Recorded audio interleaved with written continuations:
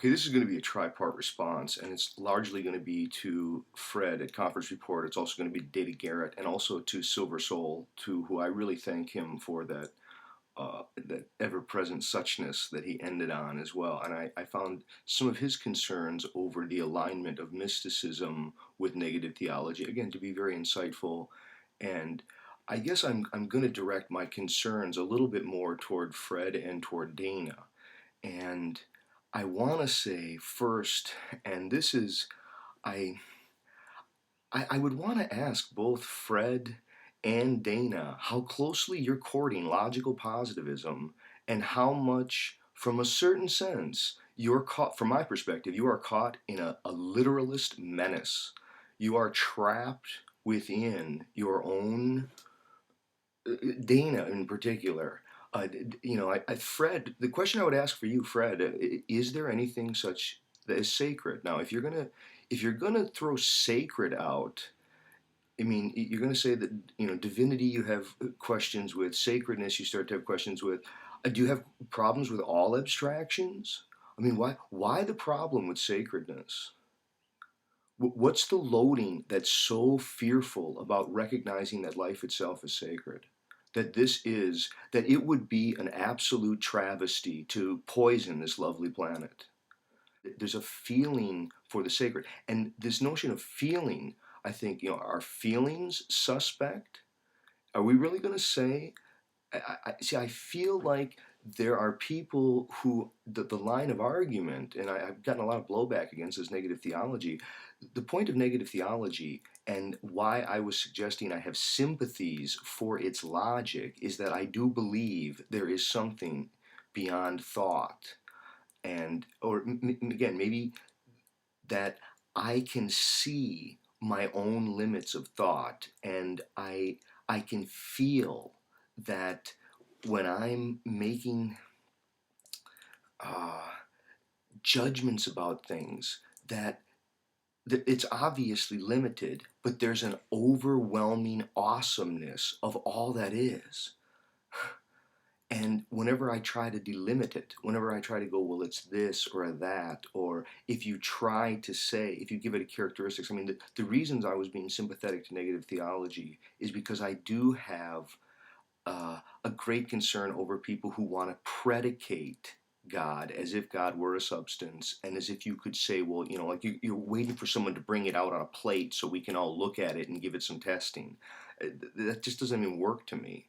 And that doesn't mean that I'm interested in something that I don't have any evidence for. I think that's the wrong way to say it. The right way to say it is the evidence is in. It's the felt sense of sacredness to this mystery. Now, Fred wants to say mystery and sacred are sort of dubious terms. I want to know why. Why? I mean, what kind of a logical positivism or literalism is being adhered to? I think that religious symbols are myths, they're metaphors, they're always a kind of pointing beyond. Um, I think of any any spiritual story or religious story, it's hard for me to think of someone taking those literally. But when I take them figuratively and metaphorically, and I open on to maybe a sense of awe and wonder about the very mystery of all that is and where it came from. I mean, I think Dana seems to be dismissing some of these larger questions. It's a sort of odd arrogance with, it's hard to describe too. It's a sort of confidence over, um, I don't know, just it's an odd. It's hard. It's really hard to put my finger on it, but it is. It's like there's some kind of literalism, and there's a kind of belief that anyone who, I guess, has a sense of the sacred, or a sense of all of this being a kind of divine mystery, that, whoa, geez, that looks suspicious.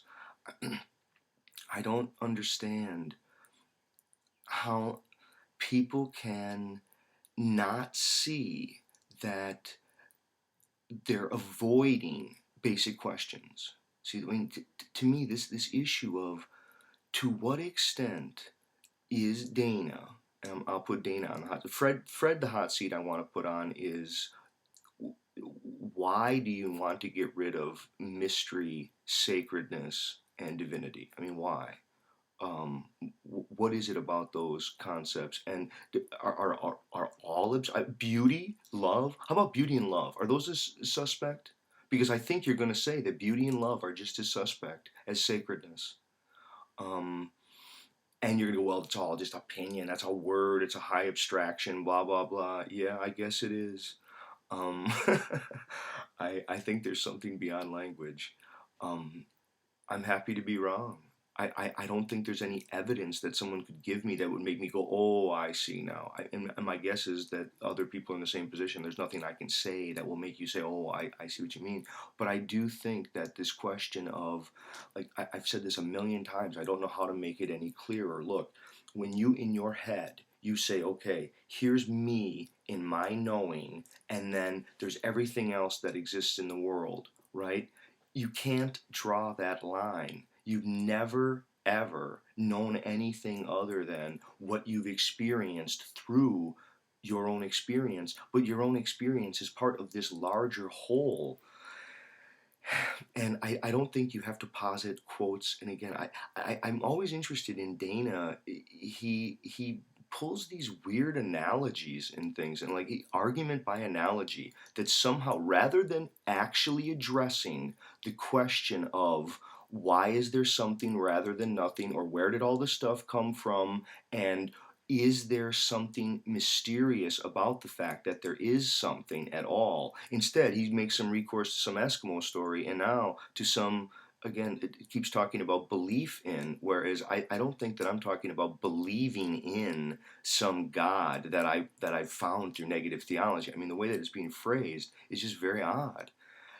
Negative theology, I'm not describing myself as a negative theologian. I'm not saying, oh yes, this is what I used for my own. I said that I have sympathies for it because I understand the sense that there is something, or there well seems to be something beyond thought and beyond what we can say of it. Now, if you say, okay, well, there is. Now, if I want to say that I don't know how else to call that other than divine sacredness. And you want to say, oh, well, that's just more words. Exactly, I agree. That's just more words. That's the problem. But now I want to let's just cover our mouth and just look at it then. Let's go to the silent level. I'm I'm at a loss for how to adequately frame the naivete that I think is being attributed to me or to people in general. I think there is this sort of casting of any kind of sympathy to atheism as if it is, I don't know, this kind of just obviously deluded phenomena. And I would want to say, look, there's just as much of a delusion in people who think they've adequately answered the questions and concerns that some theists have when they just by fiat dismiss it and say, well, because I don't have any evidence, I'm not going to address that. I'm not going to address questions for which I don't have scientific evidence. Which is more head in the sand? You tell me.